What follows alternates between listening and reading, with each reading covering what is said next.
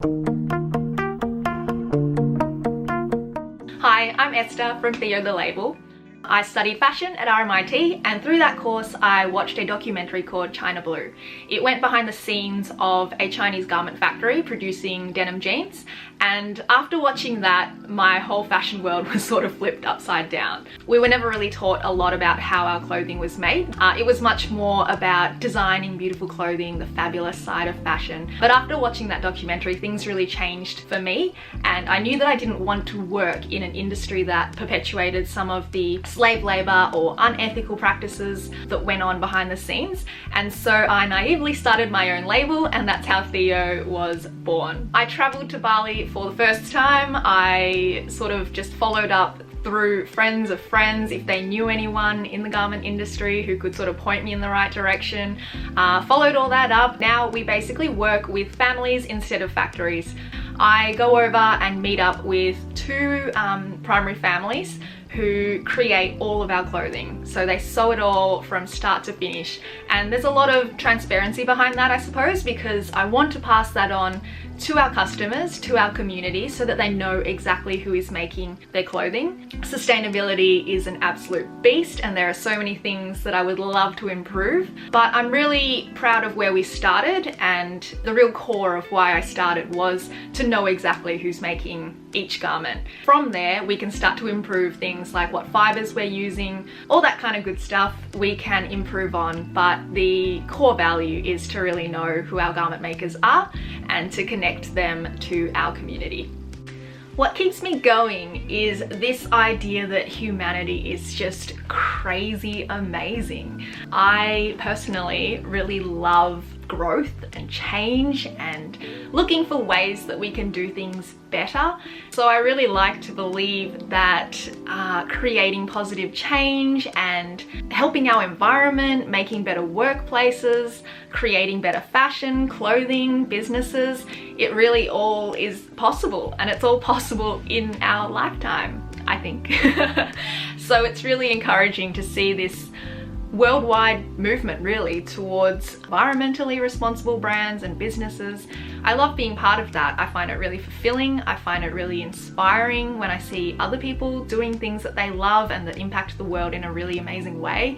Really, I am so appreciative to my community, to the people in Theo who choose to follow me, who choose to support me and my little business.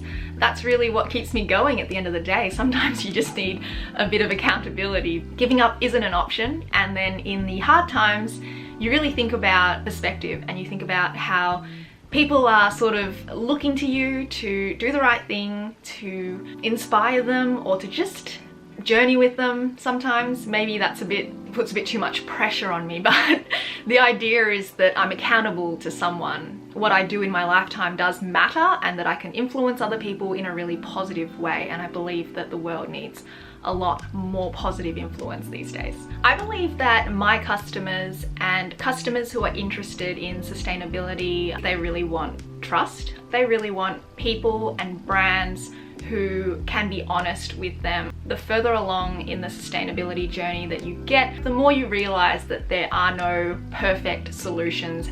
A lot of the brands that try to sort of market themselves as being super eco and super environmentally conscious, they can sort of verge on the edge of greenwashing.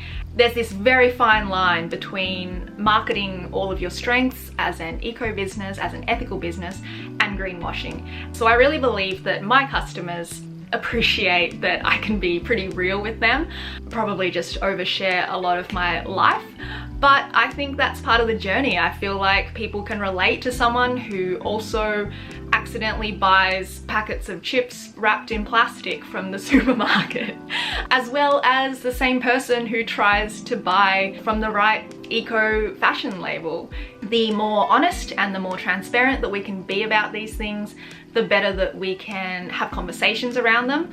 So educate people about advancements, about improvements, ways that we can do things better.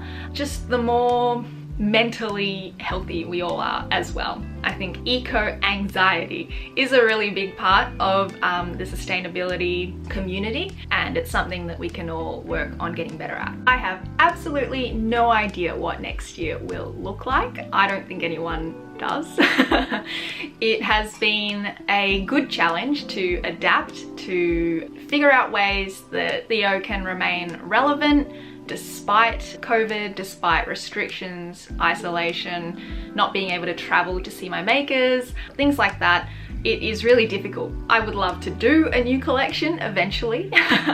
I'm really moving towards a slower design process. Since the beginning, I've only wanted to design real core basics, staple t-shirts, cotton shorts, chinos, really easy dresses, the kind of things that don't go out of fashion really. In that respect, a lot of our clothing really is just transitional, but they're good staple pieces that last. And so I really want to move back to that, and instead of doing collections, perhaps release little capsules of these core pieces that you can mix and match with an existing wardrobe. That's something that I really want to come back to. I would love to do more video stuff. I feel like it's a really great way to connect with more people, with my community, introduce you to my garment makers, show you a bit of Bali life. I would love to start working with more makers. Oh, there are lots of things that I would love to do, but whether or not that happens next year or in the coming seasons is a whole nother thing. I've been pretty lucky to adapt into sewing face masks. When a lot of people have been sort of getting into baking or gardening and stuff, I've gotten into sewing and I've really enjoyed it. Having the space to create, having the space to dream, to read and do a lot of the creative things that you just don't get to do when you get really busy and caught up in life. I've actually really enjoyed that. So I hope that gave you a little bit of insight into what I do with Theo and into my life personally. Thank you for having me on.